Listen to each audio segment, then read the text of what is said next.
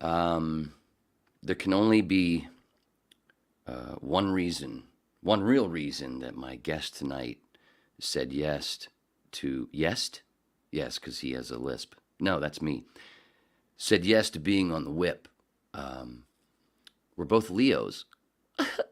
And if we were to team up, we could call ourselves 7-Eleven. I know. It was funnier in my head. But because I know the truth also. He's here because he likes freaks, right? Well, hello, boys and girls. Hi. What a wonderful day it is today in our money-based economy. Well, sit back and relax and get ready for the guy who's about to ruin everything. I'm puzzled. Are you really seriously suggesting that Jesus Christ was a mushroom? Wait, Jesus was a mushroom Roberts. Yes. You are dealing with a secret cult, a secret society. Welcome to Waning Interest. Welcome to the Waning Interest podcast, number uno cuatro, May 20th, 2023, the babbling dabbler, the smallest click on the internet, the pinball brain in your favorite machine. It's like a diary or a book, but not as stale or coherent. Anyway, from a more mentally challenged Forrest Gump, but as I've said many times before, and you know it, the whips know it, I'm like if Mikey and Mouth from the Goonies had a baby, played a lot of bareback leapfrog, and then I was there. And it was a weird thing because it was only like 5 months, the gestation period. It's kind of strange. But this evening, wow, this is fun. What a pre-show. It's not a show. It's a thing. It's a conversation. It's a podcast. But there's no such thing as pods anymore, even though it's really confusing. And that's why I like to bring people in to help with the confusion. People like that write books, smart fuckers, And luckily this one I've met before. Long time ago. Somehow he had this weird notion to come up to me after a screening and went, "I like your work." And I went, You like freaks. And then I realized, holy shit, that's the guy from Carnivale. Holy fuck. Anyway, stupid writer's tricks, tips, hints, riffs, and rants. Gingerland Substack. If you want to go find out if you're a Substacker. I'm not.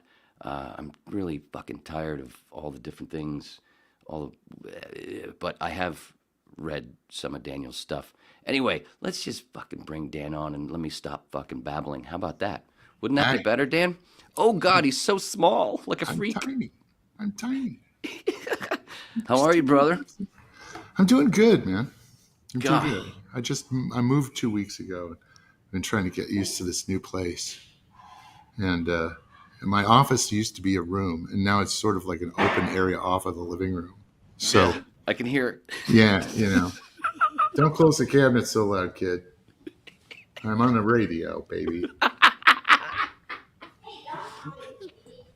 Did you hear that? Oh, we're already starting with laughs. I fucking love it. I'm already, yeah. Her name is Federica, and she's an outlaw. An outlaw? Oh, God, yes. Is she in a band or something? What do you mean? No, she's just an outlaw. She could be terrifying. How old? She's 10 years old. Man. 10. Yeah. I remember those days. Mine's 22 now. Oh, God. I got a 15-year-old in the house, too. That's a real barrel of laughs. You really started late, brother. Oh, no, I got you got 5 Charles. kids, man. Yeah, Charles. How old is Charles? He's almost 40. Yeah. Almost 40, and you guys wrote some Iron Man and some Eternal stuff for comics together. Wow, God, you've done your homework, man. I'm impressed. That is fucking not. Well, it's not color that. Me impressed. Yeah, we did. Color Iron me Man impressed. That's we awesome. We did Iron Man for 27 issues. We also did the Eternals. Although Charlie pretty much did that. I took a back seat to Charlie on that one. I know nothing about the Eternals. Yeah, I didn't. I Either. didn't even watch the MCU movie. Yeah, it was kind of interesting. Marvel after Carnivale said you can do any character you want, and I said I just don't want to do any character that has little wings on his head or on his ankles, and because that just messes with me. And so they said, well, who'd be good? And I thought, well, I like Iron Man because Iron Man's completely, literally like self-made. It's like a guy who just had enough scratch to build a suit. It's not he didn't he didn't get bitten by a spider, and he didn't come from a planet, another planet, He's just this dude, and it's like Batman. Yeah, Iron Man Right. was always kind of like Marvel's Batman anyway. Right. So, but he wasn't. I don't know. I don't think the character was that embittered. Not like Bruce Wayne. He wasn't psychotic. No, he's a drunk. Yeah, and so I realized something, and that is every time somebody's I know about fandom because I was a fan. I didn't get into show business until I was like 42 years old. Right. Okay. So I was a consumer of the product much longer than I've been a purveyor of the product. And so I understood fans and I understood the mindset. How long before you got in the business though? How long had you been writing? Well, I started writing again after a stint in a mental hospital. Synchronicities, baby. Tell me it was all of you. What? Tell me it was all of you. No, it was what was the name of the place? It was in I was in all of- Pasadena. It was really nice. Oh, well, lucky We used you. to call it club medication. Dude, they wouldn't let me go outside because I wouldn't take their medication. No, I wasn't in a closed unit. I went in for depression. And so I was 27 years old. What happened is I got married very young. I was 22. I started working in the insurance business while I was in college to pay my way through college. And it was a family business. My dad kept saying, hey, you got to finish college. Hey, you got to finish college. And then, he said, okay, look, you're working at Parsons Engineering in the payroll department. I'll pay you what you're being paid, which was like $800 a month or 800. Yeah, it's like 800 a month. And That was a he lot. said, I'll pay you what you're getting here, and you can schedule classes so you can finish college. So I said, okay. So I went to work in the insurance business, and at a certain point, it was like, I just listened to all the people around me, and they all, you just society in general. It's like, yeah, who wants to be a writer? Like that's just like I want to be an astronaut type of territory. I want to be president. That who wants to? I didn't have there weren't a lot of people in the arts in my family. A bunch of insurance guys, and the generation before that was a bunch of lawyers. And so I said, I'll put aside childhood things, childish things, and I'll just dive into the insurance business. And it took me about 6-7 years to find myself dangerously suicidal. And what I realized when I checked myself in, within minutes of arriving, I started writing again, and I hadn't written since I graduated from college, and I did quite a lot of writing in college, and I started writing again, and I realized, what, being a writer is not something you choose to do. It's something that's just it's hard baked into your brain, and it's like and it's the same, not just being a writer, being an artist of any kind. It's not a vocation. It's more of something that you have to do, and if you don't do it, you get very, very, very unhappy. And so there's no choice. When people come up to me, when people say, oh yeah, I've always wanted to be a writer. I've always wanted to write something. And it's like, yeah, well, I've always wanted to be a hummingbird. Look, if you're a writer, you write. If you're an actor, you act. If you're a dancer, you dance. If you're a painter, you paint. Mm-hmm. And the problem is, I can't figure out what to paint. It's like I can't figure out how to stop painting. And so, choice isn't that much, it's not about choosing to be an artist, because your head works differently, you Yeah. know?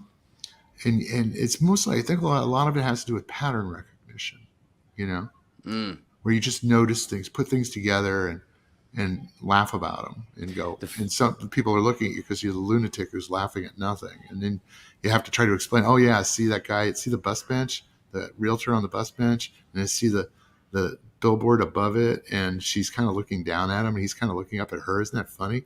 And it's like, you're still a lunatic. That's the kind of stuff I notice, man. That's why the mushroom stuff, or like, I don't know if you probably you haven't listened to or watched many whips probably, but I have should one tell where a mushroom story, right? well, we're gonna get there, but yeah, because I have a thing where I noticed watching E.T. for the 45th time, I think it was. Wow. And now being a tripper and learning a lot about mycology and the Jesus mushroom stuff. And I watched E.T. and I'm like, it's all through this movie. E.T. is all about DMT and mushrooms. He kind of looks like a mushroom. He looks like a cross between a mushroom and a toad, right? I've You never get done the the DMT thing, from the but I've always toad. wanted to do the DMT. I haven't done it either. I haven't done it either, but and I don't want to go down to DMT? South America and bang a drum and do all that. Well, yeah, you don't have to do it Yeah. that far. No, you could do it right there. You can do it in your house. Watch people do it. I haven't done it though. But DMT, the ET, Elliot. Yeah, Dude, look at the that. beginning of the movie, I realized the whole thing with showing Peter Coyote's fucking keys, where you just see the keys. He's Steven or whoever, I don't know, not Melissa, because she wrote it, right? Melissa Matheson it was. Yeah, But the key, it's telling you right at the beginning, this is a key. This movie is a giant key. And then what do you see? E.T. is I in the think dirt. I think. E.T. Yeah, but see, here's the thing: is Wait. Let me she might finish not just have the even open of known the she movie. put that in. I don't know. I don't know Yeah. where it came from because I don't know. But let me just the open of the movie, right? I know I've said this many times in the whip, and some whips are sick of it, but some are like, no, do it. I get both. I love this talk. Right after you see the keys, E.T.'s fingers are playing in the dirt where mushrooms grow out around pine trees. And you see them all communicating through their heart. When you're tripping on mushrooms with somebody, you're communicating through your heart. Then they cut into the fucking ship, and there's 2 different kinds of mushrooms in the ship. Now, let's just now there's a whole bunch of others, but I'll just jump to the end, the big scene that everybody knows when all the kids start flying on the bikes. Yeah. Like reindeer. Yeah. Reindeer, what's the favorite snack of the caribou in Siberia? The Amanita muscaria mushroom. Well, that's why reindeers can fucking fly. So now we've got these kids are flying, right? E.T. is wrapped in a white blanket, and Elliot's wearing a red hoodie. And where are they going? They're going and they land in the pine forest where the Amanita muscaria grow, and the fucking ship looks like a mushroom. Yeah. But we already saw it anyway. But there's other stuff throughout it. Ego death. The whole ego death thing, when E.T. is supposedly dead and he wakes up and says, phone home, that's an ego death metaphor. Just like Elliot, he was dressed up as a dead person for Halloween. Before that, when they first went on his first trip, he was kind of having an ego death. That's why, because he was dressed in the Halloween thing, and then he was all sick, and then he recovered. E.T. gets sick. And then that was ego death, phone home. When you have a super trip, especially on DMT, you are fucking phoning home. And that's what I feel like when I trip. And also tripping helps. It's all about the healing. Jesus was a mushroom. You're doing some serious intellectual cherry picking there, my friend. Dude, well, it's all about the. See, here's the thing. It all started with I can't get rid of the fucking virgin birth thing. That's why I said Mikey and Mouth from the Goonies. I'm Mikey. This is my one-eyed Willie. Mushrooms look like dicks. Funny. Anyway, I can't get rid of the fucking virgin birth shit and adults walking around thinking that this Jesus thing was real and was born of a virgin, died, blah, blah, blah. But I can't, fuck this. And luckily, my friend Jeff Oliver Madley Clark, who I kicked out of my studio twice talking Jesus was a mushroom because I was like, dude, crazy, fucking whatever. You're not bothering me, but I got work to do. And then I went, and then he talked about the virgin birth. He explained it. Mushrooms don't have seeds. They're spores. Jesus was born of a virgin, yeah. in a manger in a pile of cow shit. Died for me so I could chew his ass up and shake hands with the universe and feel healed. I'm not going near any of that.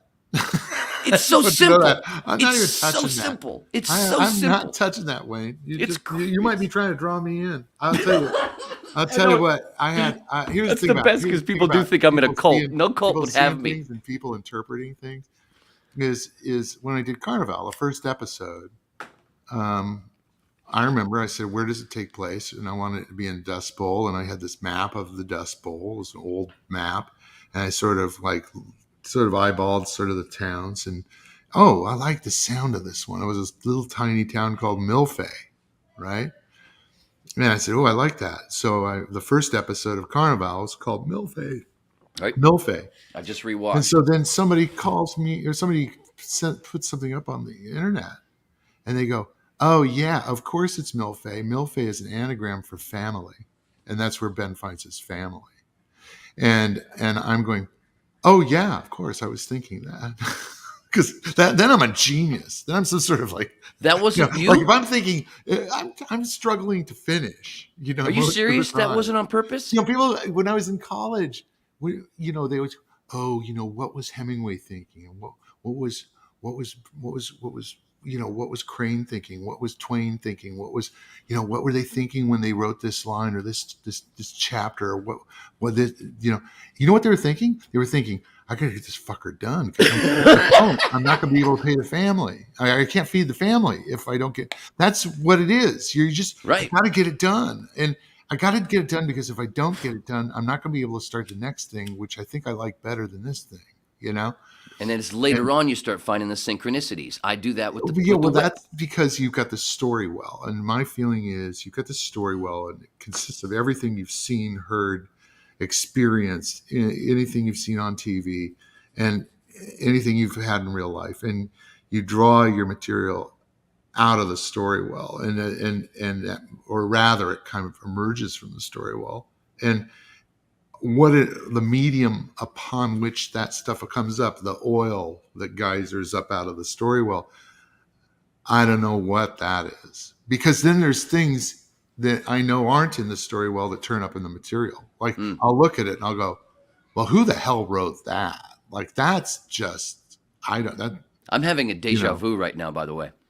Yeah, I bet you would, because most writers experience those. Most real writers, hacks probably don't, because they're just going, hey, we're going to have this is going to be a Breaking Bad moment. It's like, my head doesn't work that way. My head works. I used to fuck in the writer's room. I'd fuck with them. I'd go, oh yeah, this is a real knife in the water moment. Yeah, I'd start kicking out like obscure French films. Yes, everybody's going, oh yeah, this is going to be a Man on Fire moment. This is going to be a Breaking Bad moment. This is going to be the favorite one in writers' rooms is it's like Die Hard is a big favorite. We're going to do Die Hard, and it's like, yeah, you're going to do Die Hard on 1/20th the budget with people who are 50% as talented as the people who did Die. Shut up. You're not going to be doing Die Hard. And we all saw Die Hard, and it was good the first time. Are you going to make it better? Because if you're not going to make it better, why bother? So I know writers' rooms. Little synchronicity. My stepfather, with his truck, delivered a bunch of stuff back in the '90s to John McTiernan. A whole bunch of things for a new kitchen. Yeah. At his place in I don't remember where they went. Was it Wyoming? Yeah. Colorado? No, it was Colorado. My mom went with him, and she rode with him, and they went to John McTiernan's, one of his houses. It was like in the '90s. Anyway, just to say. So in any case. But wait. So you didn't mean to name that? You didn't? No, I didn't even know. No, I picked it because it was just a nice name. I like the name, and so. What a fucking trip that you. Yeah, and so but on some it's how could I accidentally do that? How did I accidentally pick an anagram for family? On Mr. Anagram himself sitting over my shoulder. Yeah, on some level, Mr. Mojo Rising. Process. That's why the name Milfay was attractive to me. There was something that I was MILFs. You have mommy issues. Maybe that was. I don't know. But I like most of the MILFs. time, I've always you liked can't MILFs be thinking myself. about symbolism when you're writing, and you can't even be thinking about themes when you're writing. I don't think you If would. you start writing, I mean, if you're writing and you've got the theme in your head, then you're like an actor who's trying to play the subtext. You can't. It's awful. Then it's just it's. So what you do is you come up with a ripping yarn, something that's really good that drags people through, and it's a good story. And it's I love that usually word. later where you go, oh yeah, I get it. This is what I was really writing about. But you don't know when you're doing it, because if you did, you'd never finish anything. You know? No. No. I've only finished 2 scripts, and they were both shorts. Uh-huh. And I actually filmed one of them back in 05 when I was at Playhouse West. Yeah. And Playhouse West Hey started guys, yeah. you have to keep it down, Please? please. Please? Shh. Thank you. No more. Okay. I'm Basta. gonna Silencio. I know them Italian. I'm part WAP. My grandmother's last name was Simonelli. Oh, mine is Schmidt. Oh, that's right. That's right. No. And then you used that name. What was it that you used? Don't you write under a pen name with that? I think, yeah, I might have used one of them. Something Schmidt. Isn't there something Yeah, you it was wrote a pen actually name under? Use that? William Talbot Schmidt or Smith. Yeah, that's it. When I was doing my homework, right? Anyway, where were we? Sorry. Yes. Where were we? Doesn't The matter. MILF out. The MILFs. You're into MILFs, just like me. The MILF. What are you talking about, MILF? We weren't even. Well, the same zip code as MILFs. that's what comes into my head when you say the town from Oh, Carnivale. MILF. MILF. But, I like moms. I've always been It's an anagram for into family. I've always There it been is. into the mature ladies. So it's the MILF joke that I was making. I've always been into older I women. like women. I don't like girls very much. Yeah. I really like women, and it's funny because it's like, people, oh yeah, this will be super politically incorrect and everything, but if a guy gets mugged, right? What do you say? He's like, did he get the Rolex? They take your car keys, they get the Porsche. It's like, if a woman gets mugged, it's like, did he try to rape you? Did he beat you? Men are stuff people. Women are people. I get on the phone with my best friend, Art, and I'll talk to him for an hour and a half. And my wife will ask me, so how's Art? And I'll say, I don't know. I guess he's okay. He didn't bring anything up, I mean, the first words, that's why when you're in a relationship with a woman, one second. I'm going to have to. Guys? We'll be right back, folks. That was my daddy voice. So now where was I? I have no idea what I was just saying. I was so distracted. Where were we? Your friend Art. On the Oh phone. yeah. So I could talk to him for like half an hour, and I have no idea. He could be dying of cancer for all I know. But see, that's the thing is, if you're a guy and I get Art on the phone, and I'll go, "Hey Art, how you doing?" He's gonna go, "Oh man, I just got back to from the doctor. He just diagnosed me." We lead with that. We don't sit there and hang back and go, "Oh, by the way, I just got diagnosed with cancer." Women, though, when they come out of the shoot, it's like, "How are you? How are the kids? How's this? How's this? How's this? And how's your mom? Did she get over a cold?" I mean, yeah. and so they're about people, and men and women are it's like women in the world of relationships and emotions and that kind of thing. They're like dolphins in that world. Horny. They're like dolphins in that sea of emotion. They swim beautifully. They know their way around. They have no problem navigating that particular environment. Men are like monkeys in the ocean. We're just flashing around. We don't know that the relationship's ending. It's like It's like, I mean, women, they can see that the relationship is ending 3 blocks away. And the guy is basically running the relationship into a wall, and he's 3 feet away, and he doesn't know the relationship's ending. Women just, they know this is going to work or this isn't going to work, and then, I think they get themselves in trouble when they say, I want to try to make this work. I want to try to make this person different than who he is or who she is. And I think whenever anybody engages in that, it's dangerous and stupid. People are who they are. You can't change them. You can't make them different. I got married and my wife was a drug addict, and then I got married again and the second wife was a drug addict. It's like, this really isn't about your wife. It's about you.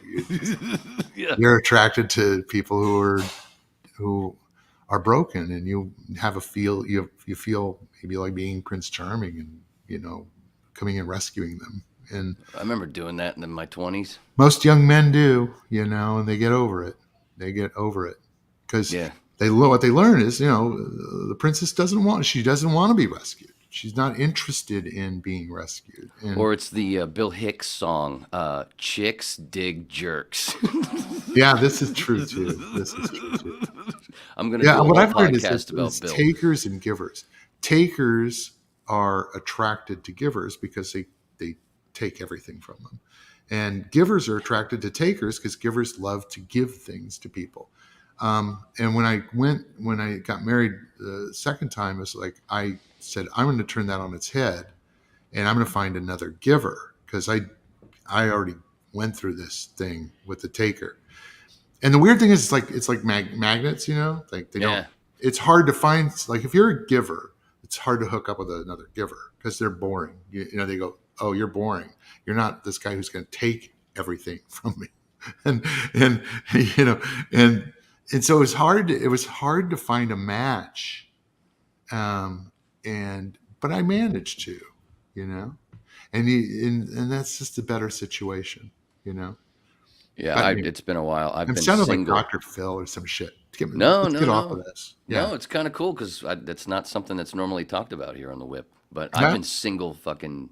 Let's get back to mushrooms then. 2023. Yeah. I was going to tell you, one of my friends is. My mushroom talk is one of the reasons I've been single for 8 years.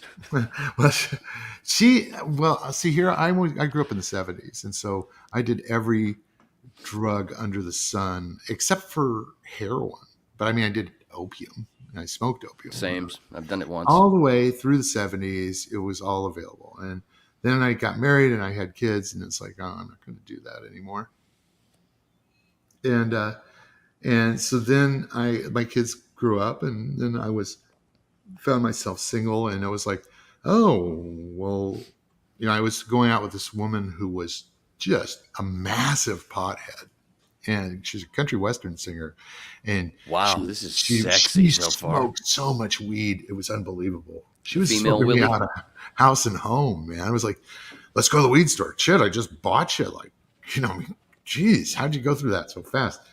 Because I'm a lightweight. I'm a cheap date when it comes to weed, and so she taught me a difference. Okay, oh yeah, the reason you have bad experience. See, you're not a sativa person. You're a what is the other one? Indica. You're an indica guy, and oh yeah, and that makes all the difference in the world. I don't get paranoid. I don't get combative. I mean, Dude. sativa, I get combative. I turn into just sort of a raging asshole with sativa. Well, that's the thing with when I was a kid, and that's one of the things I couldn't figure out when I was a kid, because back here in Maine, before when I grew up where I am now, and you didn't know what you were getting back then, right? Yeah. So I would like to my stepbrother, because we would smoke together, and we would always get busted by our parents, but I was like, dude, why is it like the last 2 times everything was cool and everything, but why? And then that last time, I felt like I had done cocaine. I was paranoid, and and all I had to get it out of my head. I had to move around, and like I was jacked up. What the fuck was that? We didn't know. This is the 80s, I didn't understand that, and then I become and then later on, as I learned, I'm like, I was because we didn't know what we were getting. Sometimes it was sativa, Yeah. sometimes it was indica, and that's why I was like, wow, why was that one so much more powerful? Dude, the first time I got high, I was 7 years old. Wow. That's on young. It was on accident. Uh-huh. My dad was a pothead. Oh, okay. But he looked like Bill Lumbergh from Office Space. You said that with great pride. It sounded like you said my father was a coal miner or something. Well, My dad was a pothead. My dad was a And fucking his father reefer addict. was a pothead too. Well, when we lived in Virginia, which is where he was from, that area, and that's what he's my stepfather. He's not my biological father. But he's the guy that raised me. Kind of like the Sam Morril story that he told to Adam Carolla. Well, in the basement in that house, we had in the corner. It was all brick, and we had a fireplace that he had some dude do. And then to pay for it, he gave him his motorcycle, and I was pissed, little 7-year, because I used to ride on that with him. Why, your motorcycle's gone? Well, your mom kind of wanted me to get rid of it, and I used it to pay for this fucking shit. Anyway, he had a little bar on one side, and he had Doobie Brothers were playing, or Pink Floyd, or Fleetwood Mac, that kind of shit, late 70s.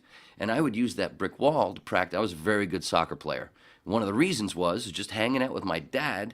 I would just practice by, the music's playing, he's soldering stuff because he worked for Dictaphone. He was a service repairman for Dictaphone. I remember Dictaphone, yeah. And little dictation machines and the reel-to-reels. Dude, had that funny microphone. It had that big band that went through it. It was like a big magnetic band. Yeah. Well, check this shit out. I didn't realize this, but before I got into radio, which was on a lark because of him. Well, 10 years previous, he used to service the machines, the reel-to-reels at DC 101. Oh, wow. When I was a kid, and I didn't even know that shit. He actually met Howard Stern. Anyway, which is weird because then I end up in radio, and actually I was just told him I said radio because he wanted me to go to school for something. I didn't know what I wanted to be, a bowler, professional bowler, which he had been. And he was like, no, but you got to have something else. But I didn't know. I didn't want to waste his money on a school that I didn't really want to do. Cryptozoology. Right? Huh? I should have. Cryptozoology. I did later on. That sounds kind of scientific. But anyway, I just blurted out radio just to shut him up. Yeah. And then I ended up in radio, luckily cool. with some, So it was a lark, but it's funny that he actually used to work in radio too. Anyway, the point is, he used to be soldering stuff, and he'd be getting high. He had his weed. I never got into it, but I saw it, and I knew the smell.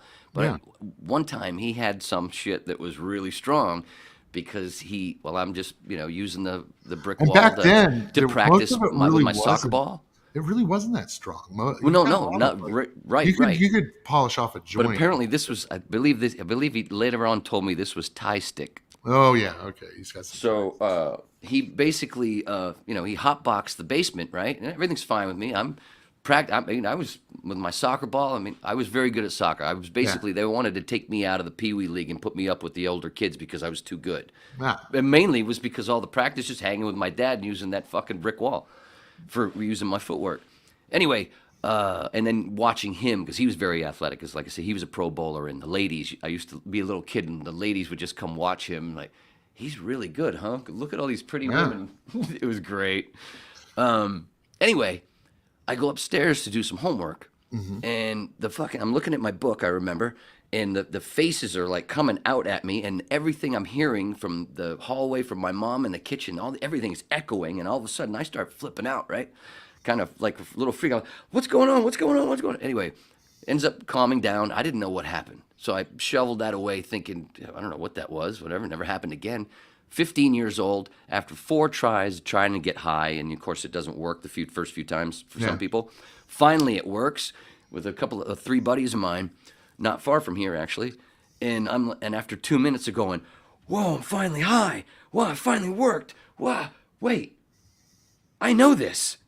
I know this feeling. And my friends are going, what are you talking about? And I'm like, I know this. Why do I know this? And that's what happened when I was 7. I was stoned. My dad got me high on accident. And then I went, oh, that's why they got divorced.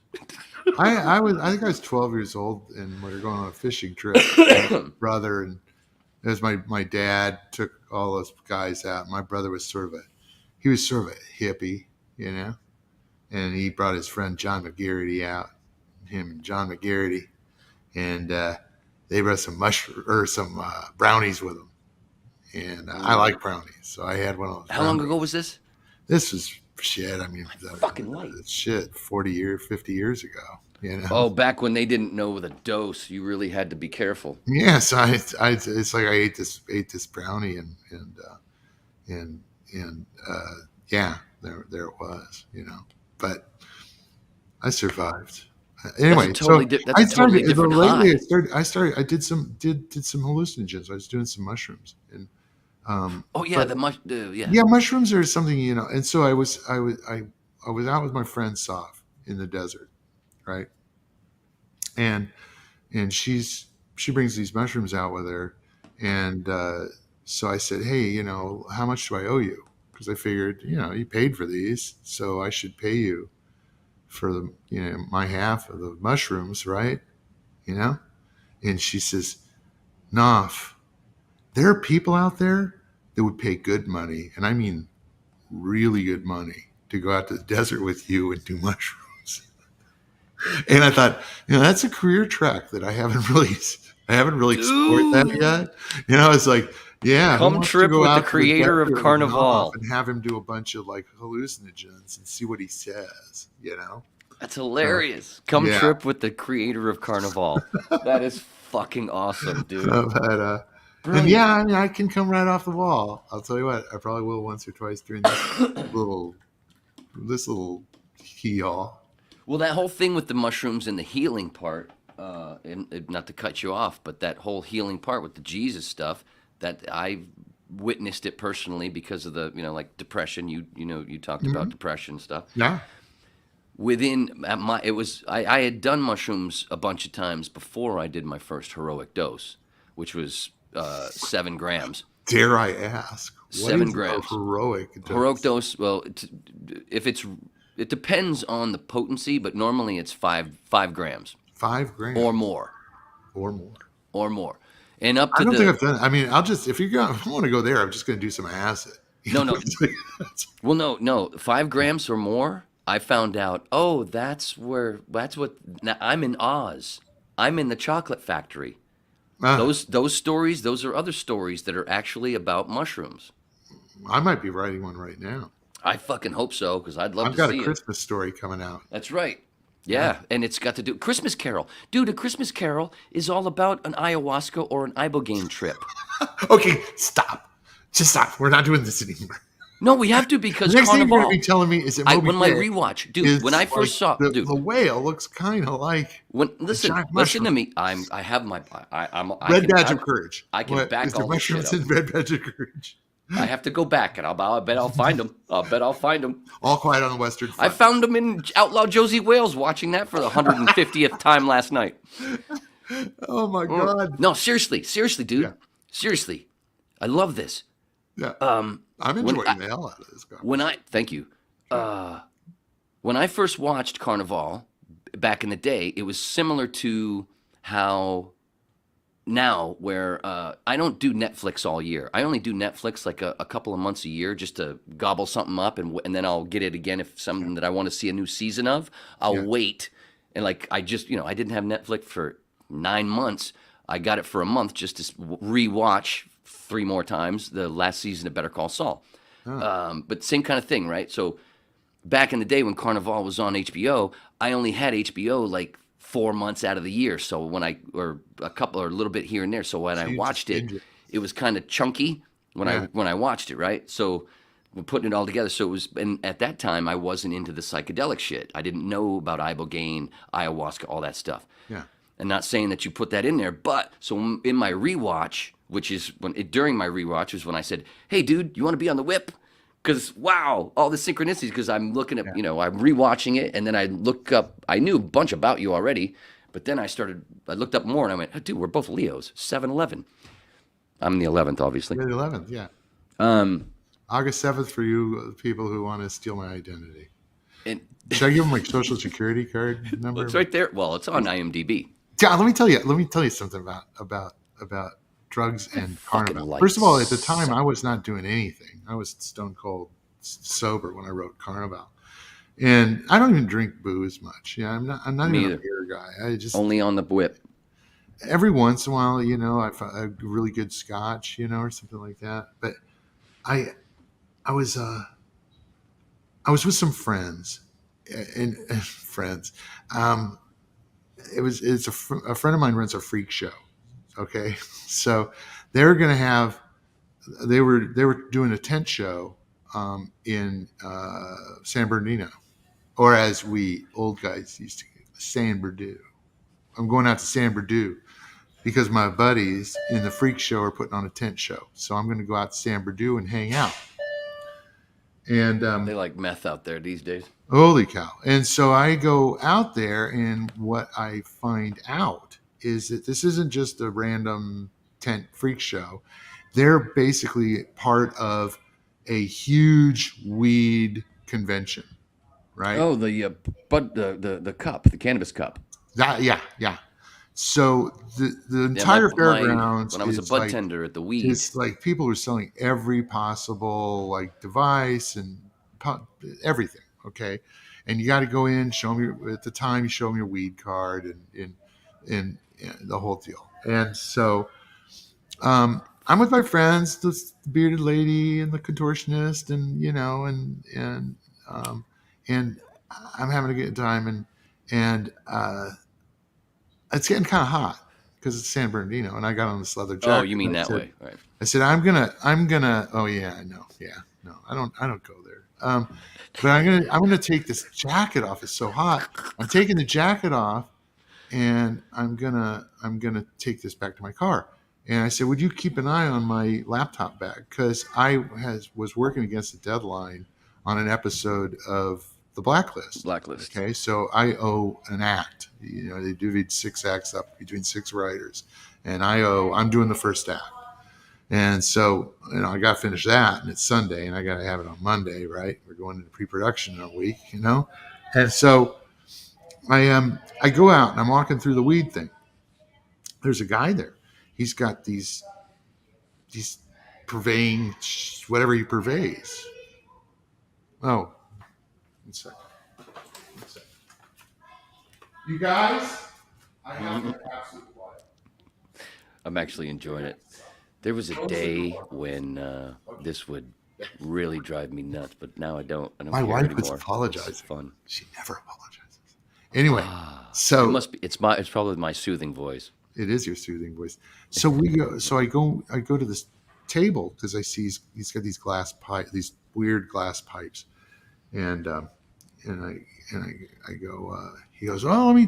Here's something. Here's one of our new products, and he gets this. It's like this goo, and he puts it in the bowl, and he says, okay, don't inhale, just let the pipe do the work for you. I'm thinking, what? Oh no! And I put my mouth on the pipe, and then he hits it. There's a, it's like it's an electric pipe, right? I mean, it's like I'm just going. I'm the guy who was frozen in ice in the 70s. I don't know any of this shit, and it's like, holy cow, and so this goes in my lungs. So I'm now walking to the freak tent, and I'm having Was it a trouble dab? navigating my way through this place. And lots of people are, because there's guys. I saw one guy just doing tight circles and saying the Lord's Prayer. I mean, that was okay. Get this, Wayne. Okay, 3 people between me and getting back to the freak show. 3 people walked up to me. 3 people walked up to me and said, "Dude, are you Daniel Knauf?" And I go, "Yeah, you created Carnivale. That's my favorite show." Now, nobody walks up to me in the public. People don't know what writers look like. They don't know what, these guys were so into it. They knew what I looked. They were able to recognize me on sight. And I thought, wow, this show really was big with the weed demographic. Wow, we really should have taken advantage of that when we were on. We'd been canceled for a few years by the time this happened, So, Oh, yeah. those fucking assholes for fucking doing that, man. Well, they're also the fucking assholes that greenlit it to begin with. And who else would have greenlit it? I mean, I can't be mad at HBO. I'd never done anything. I was an insurance broker. I'd never done any TV. But it broke records. It did It really broke well. fucking records, did, and it stayed but just as good. It first didn't go season down. First season was like, well, and There was. I would but only. The only it thing that started I to would level say up, and about it the kind of first came season, up at the end of the season. my only gripe, and I Yeah. fucking love Nick Stahl. I love Nick Nick Stahl, Stahl. too. He's a My wonderful only guy. gripe was it seemed like every scene he's talking like this, and like, can he? Yeah, he's I dirty. understand he's like, what the fuck is going on? I know I've played those kind of I characters. never noticed that. That Yeah, was my only He does gripe. a lot of mouth breathing. That was it. No, it wasn't his mouth breathing. No, it was like he was constantly out of breath from whatever. It was a lot of like, but maybe, I don't know, if I did it again, I'd probably go see and I might think he went, oh, he's like, maybe like because of what he's come from and everything he's dealt with killing people, if he other things, if he heals them, he's like, maybe that breath thing sometimes Yeah, he's a is pretty like good actor. I the don't think beginning of a he's doing panic some- attack. Yeah, if he's doing heavy breathing, Panic attack that we didn't know what were panic attacks back then. Maybe that was in his head. I don't know. But it wasn't that. It more seemed from the direction. It wasn't, it might have been him though, a little bit. I think That was my only gripe. It was fucking I'll tell you 24 what, great now going- episodes of like, what the fuck? And then when you, and this whole going time, back and looking at it, okay, and remembering now, you got to keep in mind that first episode. His mother is dying. and you don't know what the fuck, why she's saying what she's saying. You know what would happen in the Dust Bowl? People would breathe, and it would become concretized Right. inside their lungs. They would basically- Pneumonia-ish. Yeah, they would basically breathe so much dust and silicate that they would fill their lungs up and they would die from that. And that's what she's dying in the original episode. And so he's been exposed to that too. So I think, Nick probably is a very young man. I think and I think he was maybe conscious of it, is that he's a little out of breath all the time because his lungs don't work. Yeah, okay. No. So anyway. It just So- got, I mean, that's He my doesn't only, do stuff it's a arbitrarily. very minor gripe. Yeah. I mean, that's like me doing Bill Simmons, or Bill, right? Is it Bill Simmons who does the sports guy who also does the movie, it's like movie when you see podcast? somebody, you say, what are they doing The with their little eyebrows? tiny nitpick. Why are That's they like always doing basically that with their eyebrows? The What's that? pitnik. What's that deal with the eyebrows? But I just love that. What was her name? What's the name? The lady that Stumpy. Oh God. Oh, that's what I wanted to tell you. I howled again. I Cynthia remembered. Edinger. Cynthia Dude. Edinger. Well, no, The no. alligator but Stumpy, milk. Was what that was the it? one you got? Oh, I remembered. So in my rewatch, I had to tell you this. I think I told you this on Facebook. I don't remember. But when Stumpy's drunk and all of a sudden he's taking a piss and the elephant appears beside him and he goes, "Good God, hi elephant, how you doing?" That was a great I night. fucking howled, dude. I have my neighbor is like 2 acres away. I'm sure he could have heard me howling laughter. And while I'm laughing, I remembered I laughed like this the first time I saw it almost 20 years ago. Yeah. When the guy That came out, fucking moment. Hi, the elephant trainer came out. It was almost like Arthur. It reminded me of Arthur Bach. Hi, elephant. How you doing? We all rode that elephant. When the elephant was out on the set, we all went for rides on the elephant. Oh, was that in Simi Valley sometimes? Where you Always. shot? Yeah, everything was. That was Simi? Oh, I worked out there on Saving Mr. Banks. You can actually see me in Saving Mr. They Banks. still use the house, Brother Justin's house. Every once in a while, I'll recognize it in something. Brother Justin, We fucking built Clancy, motherfucking Brown. $250,000. Clancy Brown, one of the biggest badasses in fucking Hollywood. He's one of the nicest people in the world. I fucking love that guy. And you know what he does? He becomes sort of the de facto, he'll come to you and he'll say, yeah, the actor, this actor has a problem with the scene. They're a little concerned about this. And you might take a look at it,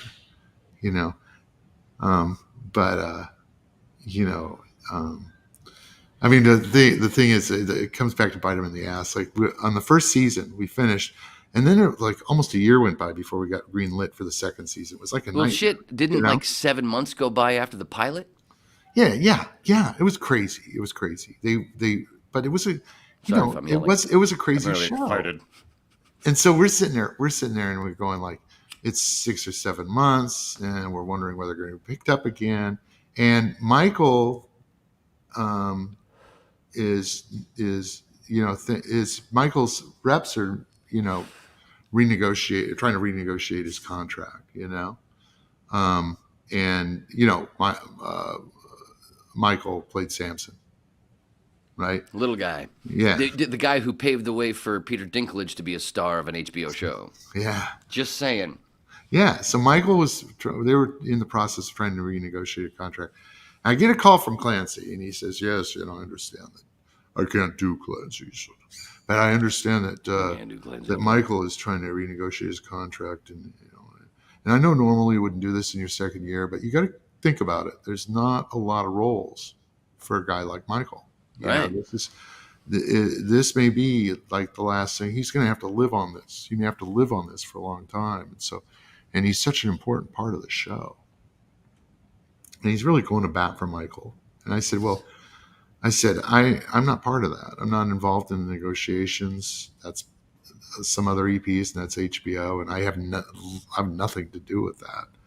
And but I'll put a word in somebody's ear. I said, but I think the main thing is, he's being paid already a huge amount of money. And Clancy goes, "How much?" And my reaction is exactly what your reaction was just then. I said, "Look at you. Yeah, you'll go to bat for the guy as long as he's making less than you, won't you, Clancy?" He's going, "Fuck you. Oh, fuck you." Dude, that just made me come in my pants here, and Clancy did that for somebody. Clancy does shit like that all the time. He's the most stand-up guy in the business. And if I could cast him in every show I ever did, I'd put Clancy in it because he's just a great guy to work with, and he's like one of us. He's not. One of my favorite things about him was he's always been one of my favorites since fucking Bad Boys, since the original Bad Boys. Him and Sean Penn. Oh, he's been in my book since fucking Buckaroo Banzai, dude.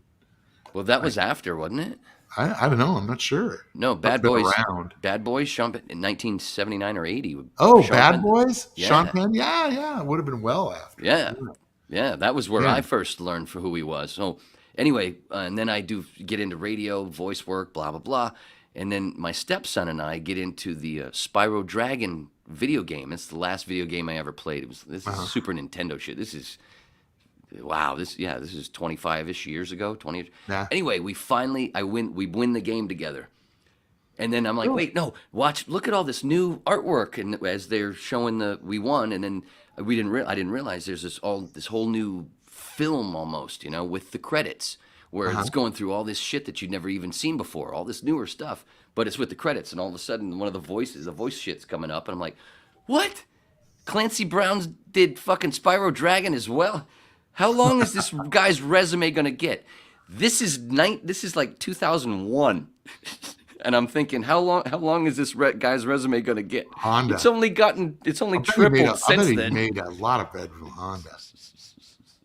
Dude, yeah, man. Great voice. Oh yeah, and Mr. Crab, man. Yep, Mr. Crab. That's the other thing with my daughter and I with the SpongeBob stuff, because I used to do that. I used to do SpongeBob voice. You used to do Mr. Crab for my daughter on the set when he'd do Mr. Crab for Mary when she was about 7 or 8. That is so. She got to meet Pee Wee Herman. He did his last movie, and I'm really good friends with. I think she just heard you tell the story. Well, I'm good friends with Diane, who played the girl who looked like you got France. one horn coming out. Remember? Say that again. I was busy. Diane Salinger. Diane Salinger played Apollonia, who was the woman who was in Carnivale. She was in the coma. She also played Clea's mom. The girl who wanted to go to the waitress who wanted to go to France in the original Pee Wee movie. So she's really tight with Paul Rubens. And I said, God, I'd love to. My daughter's now almost 30, but it'd be great if you could get us on the set.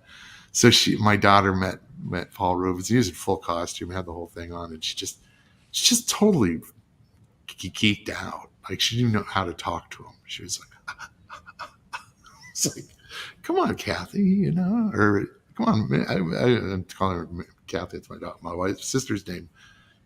wife's sister. What am I, a Mormon? That is my daughter's name is Mary. I'm going, come on, Mary. I mean, Mary's a podcaster, and she's a really successful podcaster. She produces these, these true crime things for, 2020 and stuff. And so she's been around she's been around the Obamas, I get a story.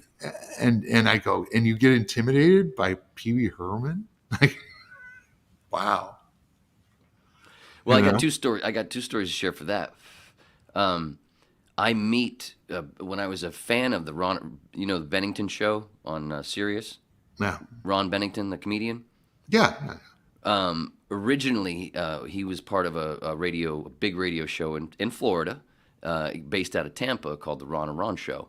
Mm-hmm. And it was kind of like Stern, but better, funnier, way funnier, faster paced. It was great, right? And I became a fan when they premiered in Miami. You almost have to go Stern pre-divorce or after the divorce. Oh, it was pre. This is 90s. No, what I'm saying is Stern was funny pre-divorce, but after the divorce, not so went and turned into a serious corporate twat. Fuck that guy. I hate his guts. Oh, I can't stand it. Hate him. It's so sad.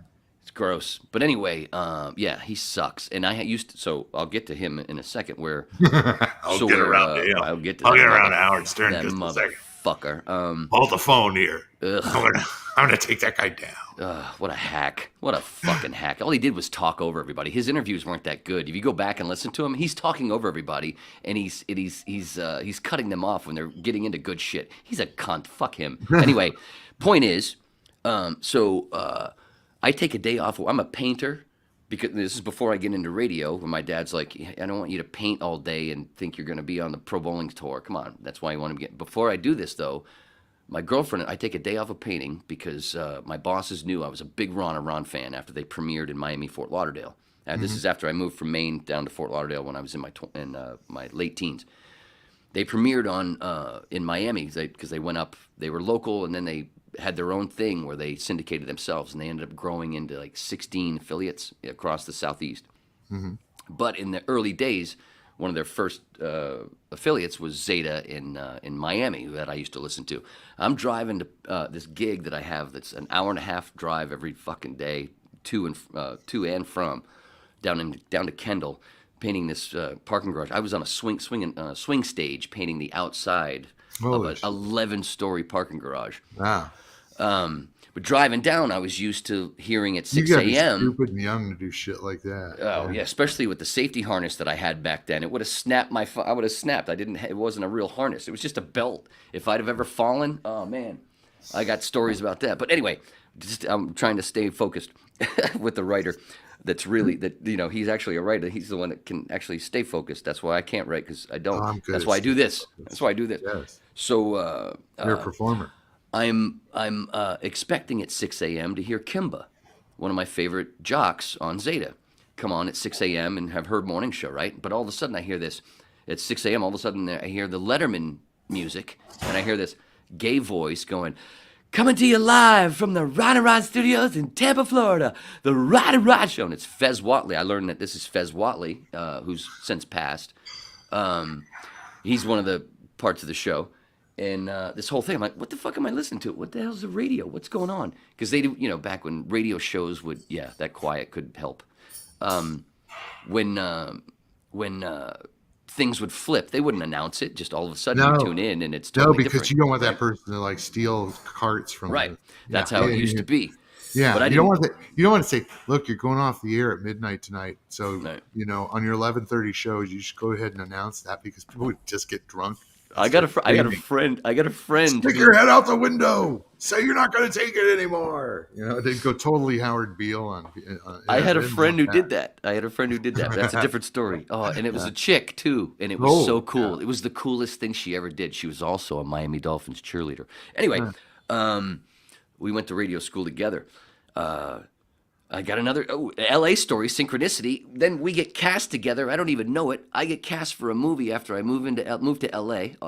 Another story. Sorry, I got to tell you this now. I got to tell you this synchronicity. At this point, you're interrupting yourself. I know. That's what this podcast is about. You should see when I'm by myself. Okay. Well, I'm really polite. I'm not going to interrupt you. I'm But I just know, sitting here. but I I'm know, really- I know, but I know I know you're enjoying this part. I know you'll enjoy this. So I go to radio school with this girl in 1994. Separate story, right? In 1994, and then we know each other with a blah blah blah. We keep in touch, and then she goes off to be after she does her Howard Beale thing. And then she goes to Atlanta, and then she's on in Atlanta at nights. And at this point, I've moved to Nashville because my ex-wife was she got a gig as one of the VJs on CMT. So we moved to Nashville, and I would drive to Atlanta for auditions. That's how I got Dawson's Creek. And, well, I went north. Well, my agent was in Atlanta, but I used to Atlanta for a bunch of things. Runaway Jury, I went originally was in Atlanta. Anyway, and I hear her on the radio.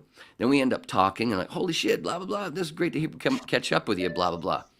Then I moved to L.A., and then my wife just grabs a thing off of Craigslist and submits me for a short film, an independent short film off of Craigslist. I go to the audition. The dude gives it to me almost right away. Yeah. And he goes, oh, and so I said, so who are you looking for? Who's my wife? Who's going to be playing my wife? And he goes, well, I only have headshots for 2 that I'm thinking about, but I like the one that I don't have a headshot for. But here's the other 2, and I went, oh, that's nice. Oh, yeah. Oh, they look, they seem all right. Whatever. I don't know anything. I'm decent at this time, but I'm not, you know. So anyway, then a few days later, he invites me to his place for a reading with him and his DP and the girl, and she's going to be there. He says her name is Susie. Okay. Well, I'm sitting there watching with his brother. I'm watching his last film with his brother. He's from Israel, and it's black and white thing that they did. It was really, really good. And I'm like, all right, this is going to be something pretty good, I think. And then knock, knock. He goes and answers the door. All of a sudden, I hear this voice behind me that I recognize. I'm like, what the fuck? It's Susie, the girl that I went to the Miami Dolphins cheerleader that I went to radio school with in 1994. We get cast as husband and wife in the first fucking thing I do in L.A. on camera. Sounds like a candid camera stunt. Is it fucking weird? That's the synchronicity shit that I talk about on this My podcast. favorite candid camera stunt was the one where they call the guy for a pizza, and when they open the door, they bring him in, and they're on stage, and part of the play is somebody delivering a pizza, and he's in the play with the actors, and there's an audience. That's genius. Oh. They had another one that was really simple, like some of these pranker shows. It's like they go to a lot of trouble, and then there was this sort of Zen elegance to the old Candid Camera show. They had this thing where they had these spoons that were rigged, where it looked like a regular silver, like cutlery, like stainless steel cutlery, but basically the head of the spoon would dissolve in hot water. So they had these shots of people in various like cafes at the counter stirring sugar into their coffee and then pulling the spoon out, and the head of the spoon is just gone.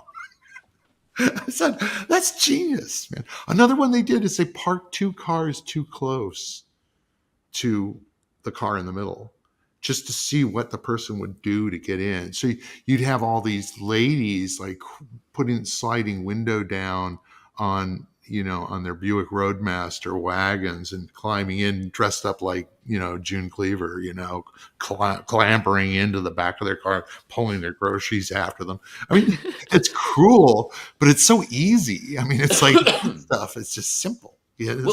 Ever since I was a little kid, and I feel like everybody else feels the same way, you kind of, and there's many times you feel like you're, and that's part of where God comes from, is you feel like you're on the Truman, you're Truman. Yeah. Right? And then if you become a tripper, I never finished that fucking story about the heroic dose finally after a bunch of little ones. Back to the heroic and then dose. finally, boom. First I have to do the radio thing. But that whole thing with the more you, and I only do it. People think because I talk a lot about mushrooms, they think I trip all the time. It's like once a year, if that. Yeah. Well, that's all you can really. Yeah. I mean, if you're doing mushroom, I knew somebody who did acid every day. It's crazy. And it's like silly. And you have to start upping your dose because but you can't do that with mushrooms. You have to double your dose every day if you try to do that every day. Yeah, 5 grams. If I did 5 grams tonight. And then I tried to get that same high tomorrow night with 5 grams. That's not I would need 10. Yeah. And that's the good thing. And you don't need it anyway. Yeah. I don't need it after a good trip. I only need to go to the chocolate factory once a year. But it's important. But what my meaning is, as the time has gone by, as a tripper that I've become, the more that Truman Show thing really comes to light, but it also becomes more of a spiritual thing to where, yeah, but then it comes, and then I turn it to the Alan Watts of saying that, remember, you're always looking in the mirror, like your eye is backwards, that whole thing that works backwards. Yeah. In truth, this seems like Daniel's all the way over there in Florida and Wayne's in Maine. Ooh, I love the rhyme. Love the rhythm. I am a drummer and a bass player. Anyway, you're always looking in the mirror to remind, and that's a helpful reminder to remember that whole thing about we're all one, actually. Yes, it seems separate, but in reality, the real reality, you're always looking in the mirror. You're looking at yourself all the time. I think All the time. I look at myself as seldom as possible these days, because I look at myself and I go, "Holy shit, what happened?" Wow. No, You dude, know, man, I mean, people dudes talking on age the phone, it gracefully. still sound No. like I'm 17 years old, and No, I'd say you this I'd say you old look man pretty wrapped around. you this look pretty thing. fucking badass compared to when you were a Yeah, I'm little kind of going heavier. for the. When you were heavier and with longer hair, you look Yeah. cool then, but you look cooler now.